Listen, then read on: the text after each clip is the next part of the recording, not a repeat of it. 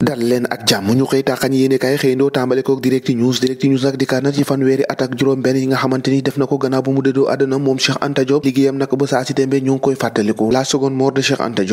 Diop naka kan moo nekkoon professeur boobee nag nga xamante ni daanaka liggéey na liggéey bu am solo naka ci race noire naka ki nga xamante ni moo doomu caytu boobee si jaarale ko Cheikh Anta Diop naka ak ki nga xamante ni moo Léopold Sédar Senghor un duel à mort le président Abdou Diouf le réhabilite na ak ñu doon espérer naka gisaat ay œuvre yoo xamante ni ci daanu ko gën a fàtte ci biir yéene kaay bi di direct news moom Omar Pène naka daal dinaa génnaat wax ne nag lañ koy waxal ak la ko sosal nag ci woyam boobee nekk jëmale ko ci Ousmane Sonko ci kaw ba si suuf amul leen loo xamante ni si am na ci nag ñu wax ci leneen te moo di confession maanaam dénkante yi nga xamante ni si ñu lorloon rek ci manifestation mars 2021 boobee naka daal dinañ koy dund loolee naka jàpp leen nag victime nag ñoo ngay wax le gatsa se prépare activement ndax ci jamono ji nag wàllum politique nag ak population yi nga xamante ni si ñoo ngi xalaat li xewoon ca mars 2021 daal dee amaat nag jàpp leen ñenn ci ay gérant station ci jamono ji nag la ñu xam ne rek moo di ba saa ci tembe nag ñoo ngi am jafe-jafe ngir jógaat ca Pikine nag ñoo ngay regretté ab patrimoine boo xamante ni dañ ko yàqati moo di ab clinique boo xamante ni docteur Gadji moo ko moomoon nag ay innocent yoo xamante ni ñàkk na seenu alal bu bëree bëri waaye ba saa si tembe amul kenn koo xamante ni dàmp na leen ñu dàmp Sud Quotidien fekkaat fa nag rapport Cour des comptes nag ak fond Covid 19 bi parquet ba nag daal dinaa dugg ca mbir ma dik ba nag activé na li nga xamante ni moo di enquête préliminaire ni Birahim Seck bu Forum Civil nee na nag dañuy wéy nag di teg suñu liggéey ngir rek fexe rek ba dossier boobu nekk ñu càmbar ko fexe rek ba daan ñi nga xamante ni ñoo def jëf ji ñaaw joojee mu njaay si collectif suñu milliard du des nag la mu ca xam ne nag moo décision bi nga xamante ni si dig dal dina koo jël nag dafa nekk loo xamante ni benn jéego la ci li nga xamante ni ñoo ngi koy xeex waaye nag lu tax ñu teggi seen tànk nag parquet ba nag activé na li nga xamante ni moo di dig gestion fonds force Covid 19 la ñu bëgg a saytu yéene kaay bi di Walfadjri ne ñaari at jàpp fukki at nag ci kaso yoo xamante ni si boo moytu nag ña laalee ak yooyu nag boo moytu dina ngàll seen ndodd Forum Civil nag ñoo ngi xaar nag boo xam ndax mbir moomee dina anto am déet lu mu ci doon lu ne le quotidien yéene kaay ne gestion fonds force Covid 19 nag jàpp leen compte à rebours ba nag daal dina koy déclenché parquet ba nag jël na enquête ba jëng ko dig société civile nag neen bëgg nañ ay investigation yu xóot a xóot su ko defee nag ñi nga xamante ni si moo di laale ñu mun leen a xam waaye inam ñu def ko ci mbir moo xamante ni si du am xaj ak seen